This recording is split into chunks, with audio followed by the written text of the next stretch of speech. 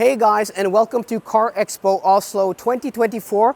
And today we have a world premiere. This is the brand new BMW i5 Touring. I'm pretty excited to show you guys this car, and in this video I'm going to give you guys a complete tour of the exterior and the interior. Okay, starting off with the front end of the BMW i5 Touring. This is exactly the same as the normal i5 because the touring part actually means this is a station wagon, and that's why this is super exciting.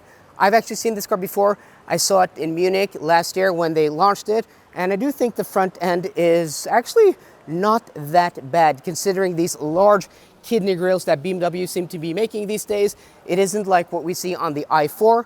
Sorry to you guys who own an i4. The lady behind the camera actually owns an i4, so she's shaking her head now. But this is a lot prettier because this has more of the traditional grills of the BMW lineup, where you have the sideways kidneys instead of the vertical kidneys. And I think it looks much better than, for example, the i7 they have next to us here. And I also like the fact that it's completely blacked out now and it is illuminated. That is actually pretty cool. This color is called Frozen Gray Metallic, I think. It is like a dark grayish, almost bluish hue, and it is actually a really nice and cool color. I like it a lot. I think this also has like some kind of, this is the M60, i5 M60. So this has an M exterior package, so it has a much sportier front end than you will find in the normal i5, and also blacked out details. So if you walk around here on the side, we can take a look at this car. And this, if you walk around all the way here, you can see this is the big news of this car, the touring part, the station wagon part. I actually like BMW 5 Series station wagons a lot because I grew up on them. We had several of the BMW 5 Series station wagons when I grew up, and yeah, I have a lot of fond memories. And this looks nothing like those of the late 90s and the early 2000s, the E39 body, but it's still very much modern BMW, and yeah, I do like it a lot. It's very clean along the side. There's really nothing happening here, but that gives it a really nice and clean look. I'm not a huge fan of the new style BMW wheels. A little bit too much happening in my opinion, but you can option different wheels. So if we step around here and we take a look at the rear end, this is the reason we are here filming this car today, the i5 M60, the Touring, the station wagon. And yeah, it looks like a 5 Series station wagon. The typical BMW lights with the vertical strips. It's just, you know, overall attractive design. I think the station wagon of the new i5 or the new 5 Series looks better than the saloon version. I just think the proportions are just a little bit better. But let's take a look at the actual practical part of this.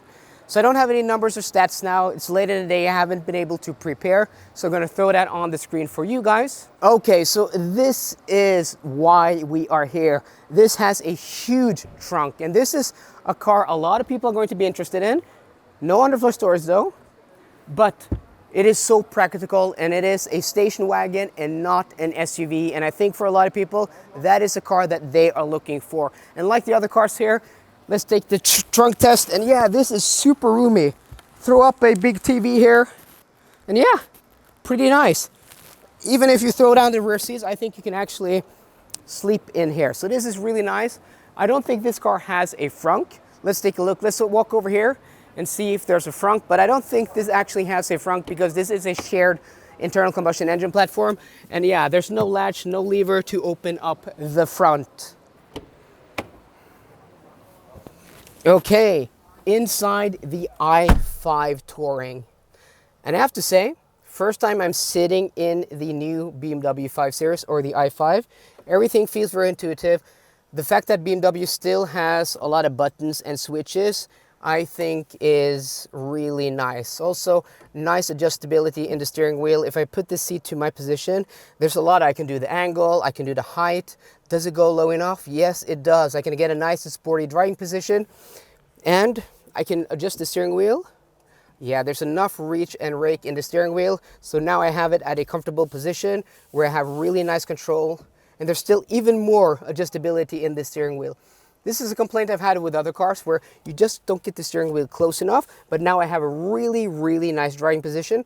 And I have to say, this cockpit design, the dual screen setup, the center console here, though black glossy plastic, does get really, fingerprinty and dirty. I'm not a huge fan of that, and yeah, really dusty. At least it has like physical buttons for the volume. It has a gear selector here, you know, that is a physical crystal here, and quality just in general is nice. I think you can actually get the top portions here in leather as an option. But yeah, really nice interior. I mean, it's not like super luxury, but for this class of vehicle, I don't think it is bad at all. But I think like other BMW 5 Series from the past, maybe have a little bit nicer quality. It does feel like there's a little bit of cost cutting here, but nothing like we've seen in other manufacturers. Steering wheel also looks really nice, 3-spoke sporty design. You have a boost lever here. You also have this really cool strip on the middle, this red strip. That looks really cool. But this car is now only available in 2 versions. That's a rear-wheel drive version and also this all-wheel drive version, the M60. And it is expensive now. If you want the all-wheel drive version, I think in Norway this starts at over 1.1 million kroners before options. Yes, it is fast, but I think what people are waiting for is a cheaper and less powerful version that is a little bit lighter on the wallet. So the BMW 5 Series isn't known for being the most spacious car in its class. Usually it's actually been the smallest car in its class, and as I said earlier in the video, I've grown up on 5 Series station wagons. We had a few E39s back in the day when I grew up, and this is a seating position I've sat in, or this is a seat in the car I've sat in countless times. This was my seat. My brother sat here and my sister sat there. So yeah, I mean, it's nothing like that E39, but what I can say is that this definitely is more roomy than that E39. If I was sitting in an E39 now, I'm pretty sure that I wouldn't have more than a few centimeters of knee room. But with that being said, the, floor here is really nice where you can put your feet under. We've seen a few cars now where that is not possible, but this is a big thing. This actually has a transmission tunnel because this also comes with an ICE engine. Not yet, but this will come with an ICE engine, and that this being rear-wheel drive, the drive shaft has to go somewhere. So there are compromises, and like other 5 Series, it's not the biggest, but I'm pretty sure this is going to be really good to drive compared to the Audi and Mercedes equivalent. So there we go, guys. That was a tour of the exterior and the interior of the new BMW i5 Touring. Let me know what you guys think down below. So I hope you enjoyed today's video. If you did, please drop me a thumbs up down below. And for more car content, as always, please subscribe. See you guys later, and goodbye.